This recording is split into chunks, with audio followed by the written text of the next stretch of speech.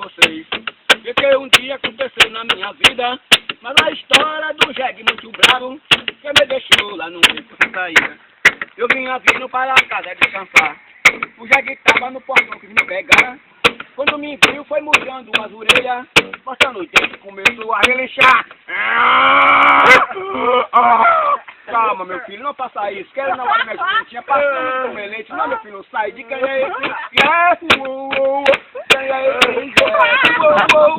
Quem é esse jegue? Ninguém vai me morder. Quem é esse jegue? Quem é esse jegue? Quem é esse jegue?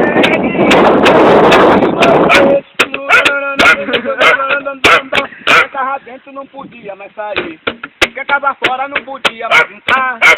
Eu jegue que estava ali, minha jumenta queria conquistar. Houve então um bueito de relis, os dois saíram a galopar. Deu um suspiro e chegou a confusão que os animais têm o direito de amar. Mas tu é sem vergonha, não descabasse minha jumentinha, meu filho, não sai! Quem é esse jegue? Quem é esse jegue?